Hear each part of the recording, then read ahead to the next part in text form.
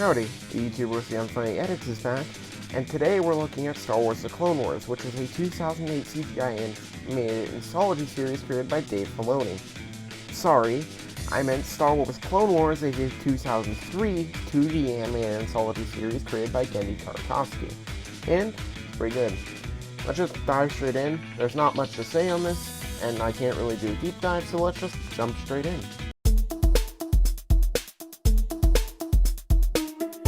So, there isn't much of a story to talk of.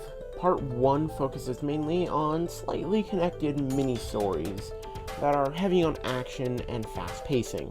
Like we see a story about Asajj Ventress, and then we see a story about Anakin, and then we see a story about Asajj Ventress and Anakin.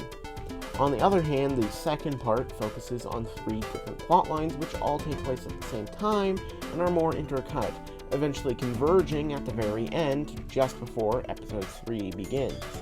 These plots being the Battle of Coruscant, focusing on Mace Windu, Yoda, and a few other Jedi, trying to stop the Separatist forces from destroying Coruscant, General Grievous kidnapping Chancellor Palpatine, and Anakin becoming a true Jedi Knight, which apparently happened like 40 minutes before Episode 3.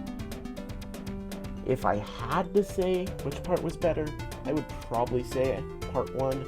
Personally, I think the second part just dragged on a bit too long, mainly with Anakin, but otherwise, I thought it was pretty solid. But this is just the tip of the iceberg, and honestly the least important part of this whole package.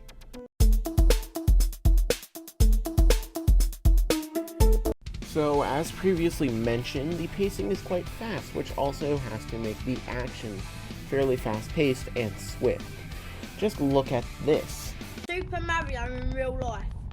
Spaghetti! Okay, so that didn't really show it too well, but I just wanted to include that clip. I actually really enjoy this though.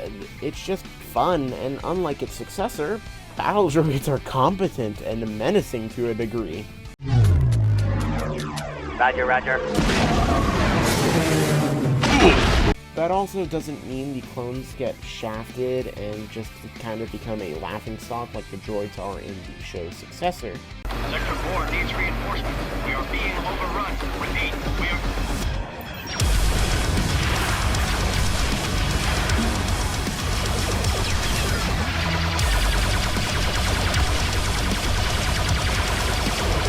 This just works for me, to be honest. But nothing in this series compares to the Battle of Coruscant and the Battle of Hyporia. It is insane. Just watch them for yourself. It also happens that the Battle of Hyporia is the first appearance of General Grievous in any media.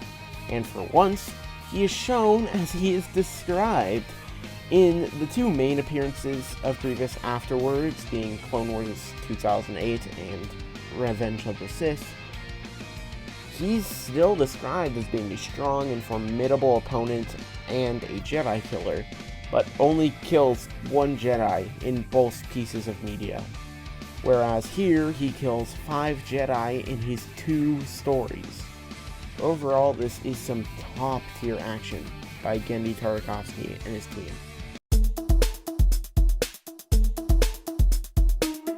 There's not much to say here, but the video doesn't feel too complete without it, so I'm doing it. The series has a distinct style, which is very reminiscent of other stuff Genndy Tartakovsky has worked on before, like Powerpuff Girls and Samurai Jack.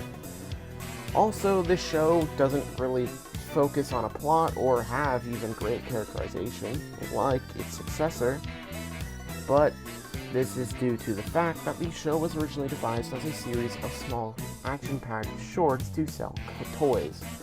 But after the first volume, it ended up becoming a more focused narrative. You can just tell this by watching them. The first volume is like 7 different action-packed shorts with a very loosely connected narrative, whereas the second part is these 3 stories, being told congruently. But that's not a detriment. I actually think it works well, just having these bite-sized chunks that you can just jump into whenever you want. Like with Clone Wars 2008, it's actually kind of similar. where you have any given episode that you can kind of just jump into, or you can even jump right into an arc. This series kind of has that. If you want to watch Kit Fisto, just watch the Kit Fisto short. It's like 3 minutes, which I think allows it to be very easily accessible, especially by kids. And it also helps to hold their attention span long enough for children to want to buy toys of all of these characters. This actually makes the show really good for kids, and if you have kids who like Star Wars, again, this is something that they would like, because it's just cool Star Wars stuff for them to see. Overall, I would say I came back from this experience pretty positively. A solid 2-volume series with great action, a serviceable plot, and a slick style.